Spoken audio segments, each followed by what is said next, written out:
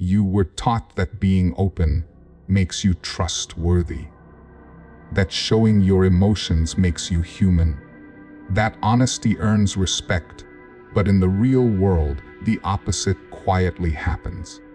Men who are easy to read are easy to manage. Every workplace, every social circle, every relationship contains silent tests where others watch how quickly you react, how much you explain, how easily your emotions spill. The moment you leak frustration, excitement, insecurity, or need for approval, you give away leverage. Employers sense who can be pressured. Rivals sense who can be provoked. Even friends sense who will fold first. This is not cruelty, it is pattern recognition.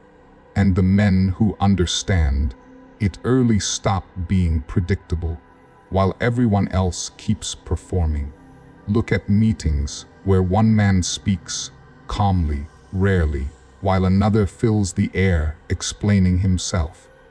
The quiet man is listened to, the loud one is managed. In arguments, the unreadable man wins by not reacting, not because he dominates, but because he denies the other person emotional access. Reactive men reveal their next move before they take it. Composed men force others to guess. Loud honesty feels virtuous, but quiet leverage changes outcomes. Emotional expression feels authentic, but emotional command decides who sets the frame. This is the uncomfortable truth most men avoid. Transparency without strategy is weakness in competitive environments. Machiavelli understood this centuries ago, when he observed that power belongs to the man whose intentions remain concealed. Not hidden through deception, but protected through discipline. Most men never realize they are leaking power every single day through tone, posture, words, and timing. If you are readable, someone is already adjusting their behavior around you, pushing boundaries, or placing you in a box that limits your options. This is why certain men are underestimated while others command respect without effort. The difference is not strength or morality, but control over what is revealed and when. Once this illusion of harmless openness breaks, you begin to see that unreadability is not coldness, it is armor. And armor changes how the world treats you. And once you see this, you cannot unsee it, because every interaction becomes a quiet exchange of information where the disciplined man takes less and gives even less. This awareness is unsettling at first, but it wakes you up. You stop performing goodness and start practicing control. You stop reacting for approval and start choosing responses for position. That shift alone separates men who are managed from men who decide outcomes, and it prepares your mind why unreadability triggers fear and respect deep inside the human nervous system. Before you learn how to cultivate it deliberately without losing your humanity and ethics, the human mind is desperate for patterns, because patterns create safety.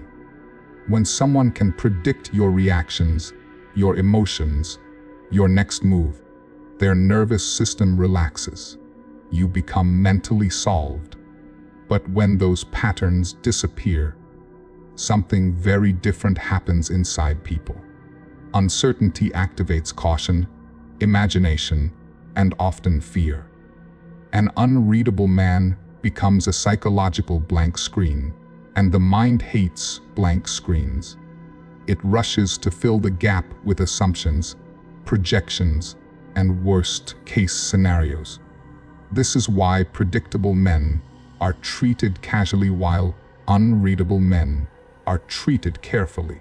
One is familiar territory, The other is unknown ground. The unknown always commands more respect than the known. Think of poker players who never reveal excitement or disappointment. Their stillness forces opponents to second-guess themselves. Negotiators who speak last game leverage not by intimidation, but by withholding emotional data. Leaders who remain calm and reserved while others argue signal that they see more than they say. This silence unsettles people because silence removes reference points. Predictable men feel mentally safe to challenge, interrupt, or pressure. Unreadable men feel mentally dangerous, even if they never raise their voice. This is not about dominance, displays, or aggression. It is about cognitive tension. When people cannot model you, they slow down around you. They choose words more carefully. They hesitate before testing boundaries. This is the quiet power of uncertainty. Machiavelli understood this deeply when he observed that unpredictability often creates more influence than open force. Intimidation invites resistance. Uncertainty invites restraint. When people cannot read your intentions, they project their own fears, desires, and insecurities onto you, and those projections usually work in your favor. They assume you are more strategic than you are, more confident than you feel, more capable than you appear. This psychological inflation happens automatically when information is scarce. The dangerous part is that most men give this advantage away without realizing it. Every visible reaction, every unnecessary explanation, every emotional outburst feeds the pattern-hungry brain and collapses the mystery. Once people feel they understand you, they feel licensed to predict you. And once they can predict you, they can preempt you, pressure you, or bypass you. This is why unreadability triggers respect at a biological level. It signals uncertainty, and uncertainty triggers caution. But understanding this mechanism alone changes unless you recognize how often you are leaking signals that make you easy to map. Awareness without application is comfort disguised as insight, and comfort is exactly what keeps most men exposed. Most men don't lose power because they are weak. They lose it because they leak information constantly without noticing. The first leak is over-explaining. The moment you feel the urge to justify your decisions, you signal uncertainty.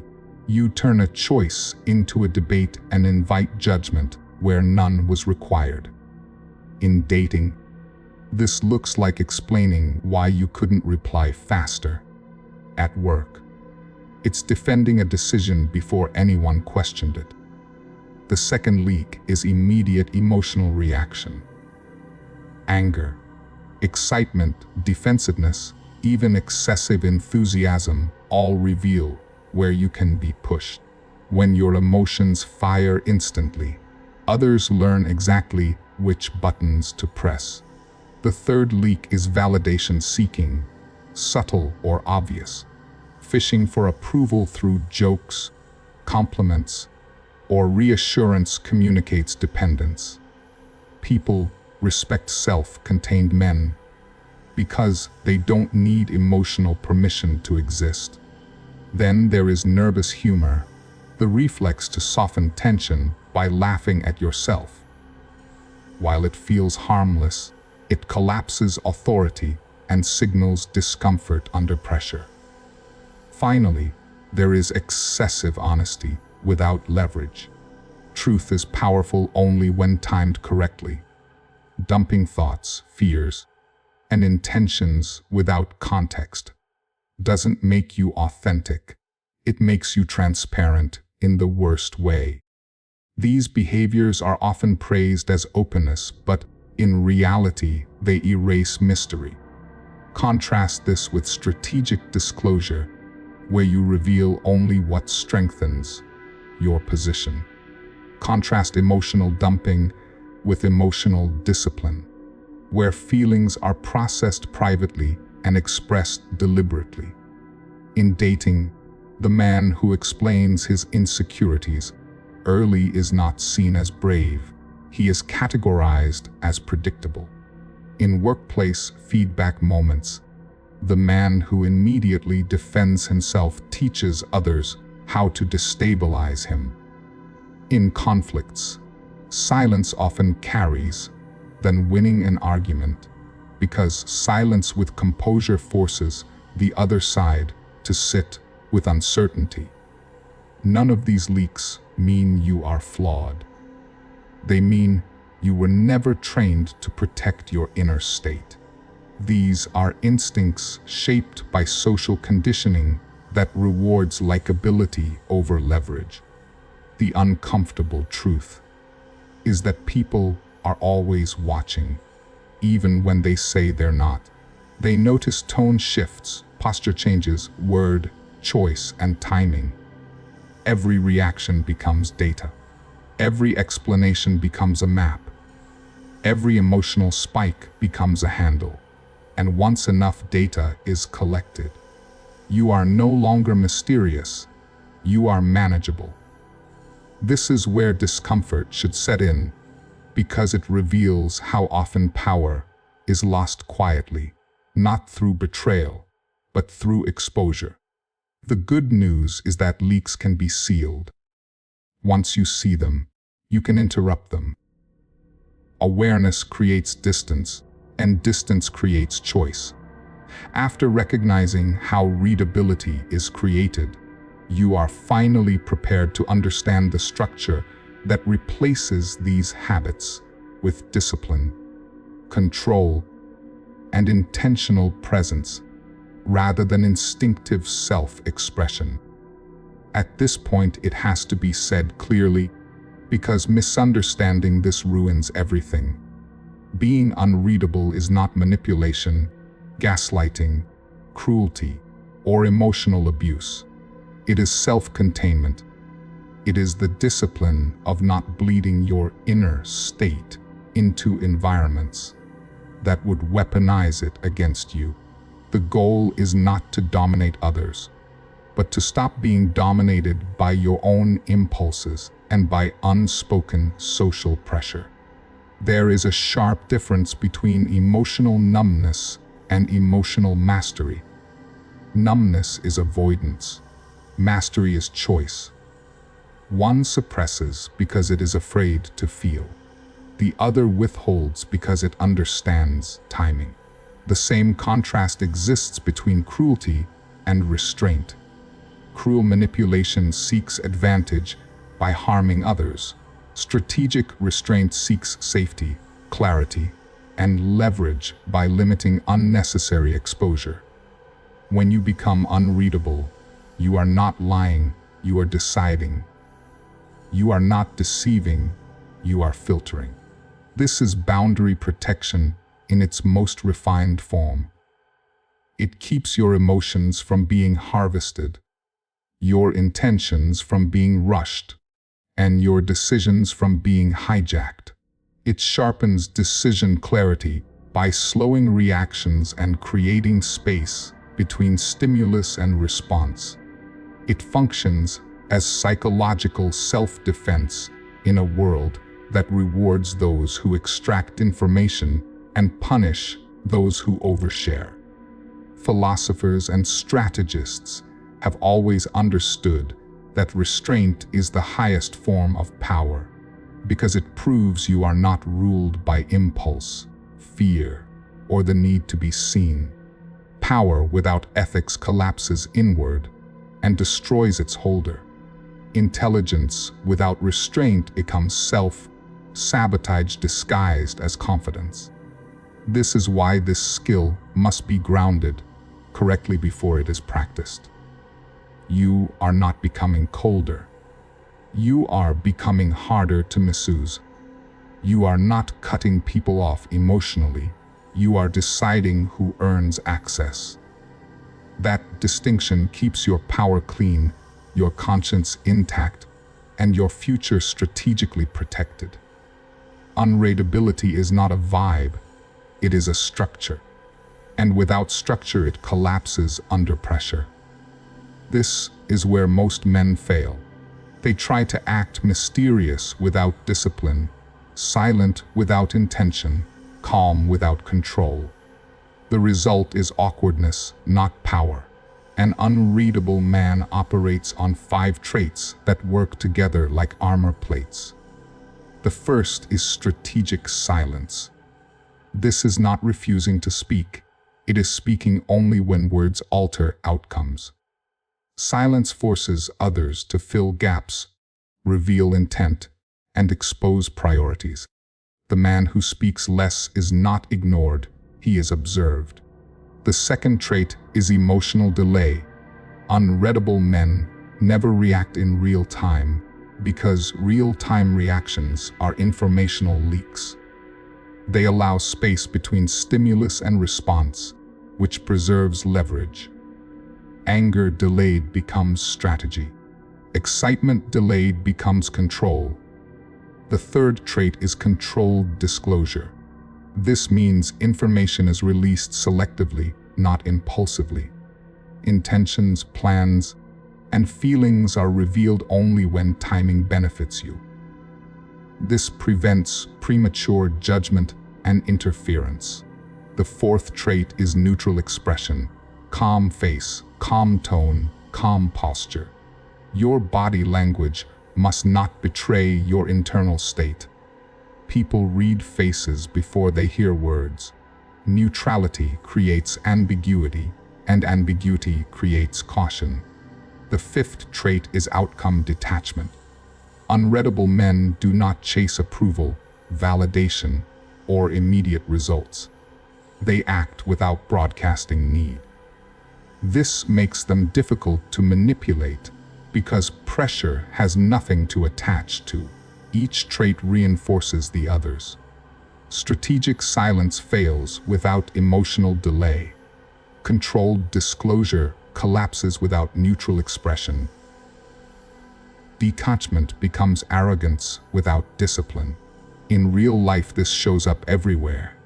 In negotiations, the man who pauses and speaks last gains leverage without aggression. In relationships, the man who does not over-explain or chase clarity maintains attraction and respect. In leadership, the man who is emotionally steady during chaos becomes the reference point others align to. Machiavelli observed that men who reveal too much lose the ability to steer events, while those who reveal little retain influence without force. Stoic thinkers echoed this by emphasizing control over impulse as the foundation of strength. The danger is that most men master none of these traits. They speak too quickly, react too fast, reveal too much, express everything, and tie their worth to outcomes they cannot fully control. Miss even one trait and the illusion breaks. People sense inconsistency and begin testing again. Unreadability is not about deception. It is about discipline applied consistently. These traits do not make you cold, they make you precise. They do not remove emotion. They place emotion under command. When applied together, they change how others experience you. Conversations slow down, challenges soften. Pressure loses effectiveness. You become harder to rush, harder to provoke, harder to manipulate. That is the real value of this framework. It does not make you dominant, it makes you unexploitable. And once this structure is internalized, it produces a specific kind of man, one whose presence alone shifts dynamics before he ever speaks. At some point, this stops being a technique and becomes who you are. When unreadability integrates into your identity, your entire presence shifts without effort.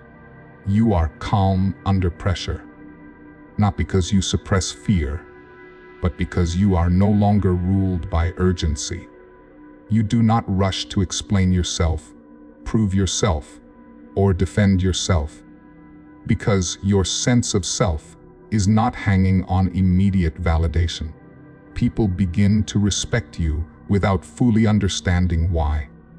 Not because you demand it, but because your composure signals self-possession. You are rarely challenged directly, not because others agree with you, but because they are unsure how far they can push. You are observed more than tested. Conversations slow when you enter them. Others speak more carefully, choosing words instead of firing impulses. This is the difference between loud confidence and silent certainty. Loud confidence needs witnesses. Silent certainty creates gravity. Attention-seeking men announce their value repeatedly. Men with gravity do not need to. Their restraint communicates depth.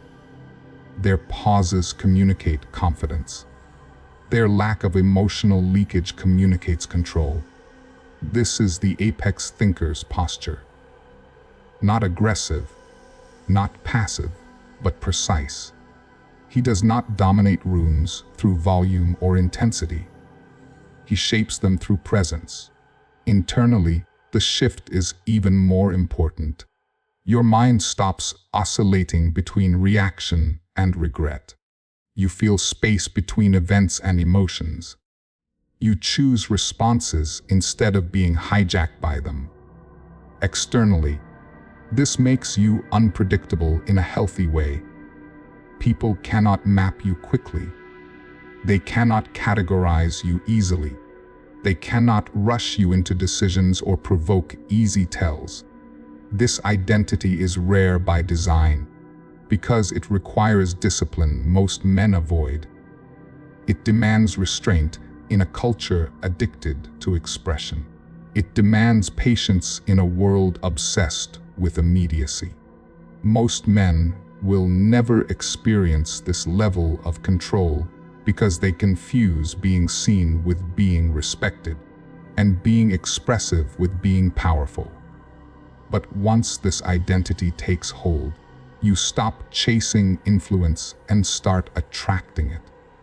You stop reacting to the world and start positioning yourself within it. However, identity alone is fragile if it remains theoretical. Without action, it fades into self-image. Control must be tested to become real.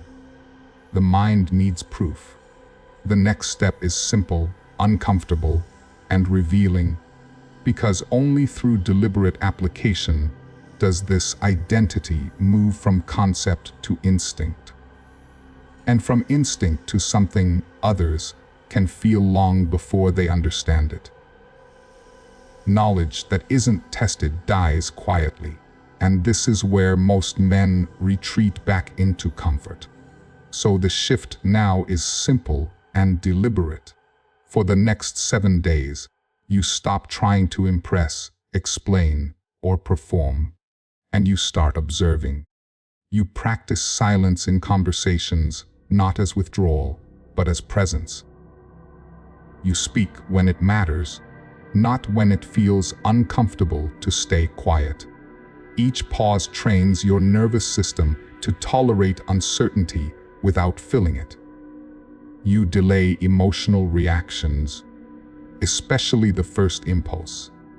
When something irritates you, excites you, or pressures you, you do nothing immediately. You let the emotion rise, peak, and settle before choosing a response. This alone reveals how much power reactions normally steal from you. You withhold unnecessary explanations. If a decision stands, you let it stand. If silence is sufficient, you allow it. You resist the reflex to justify yourself to earn comfort.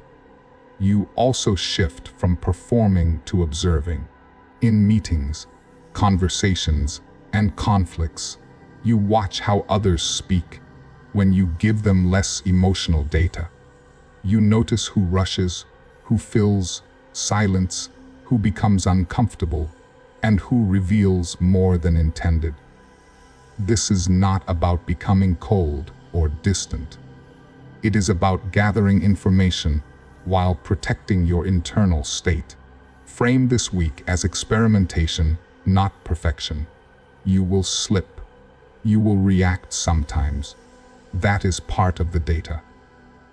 The point is not to become unreadable overnight, but to feel the difference between reaction and restraint.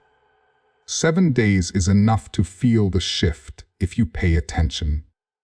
If you don't test this, it stays theory, and theory never changes how the world treats you. This challenge is the bridge between understanding and embodiment. At the end of it, you will not just know why unreadability matters, you will feel what it does to your posture, your confidence, and the way others move around you. That feeling seals the lesson more deeply than any explanation ever could. The most dangerous man in any room is not the loudest, the strongest, or the most aggressive. It is the one you cannot read. Once this truth settles in, it changes how you see every interaction.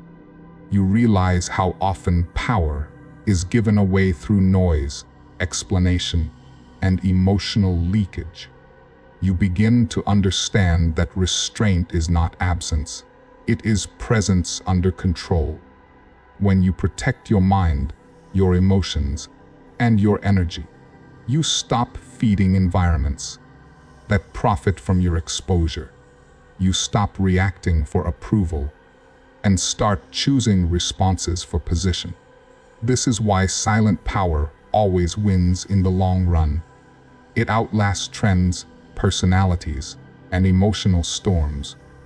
Men who think deeper than they speak move slower, but they move further. They are not rushed into bad decisions, not provoked into mistakes, not manipulated through urgency.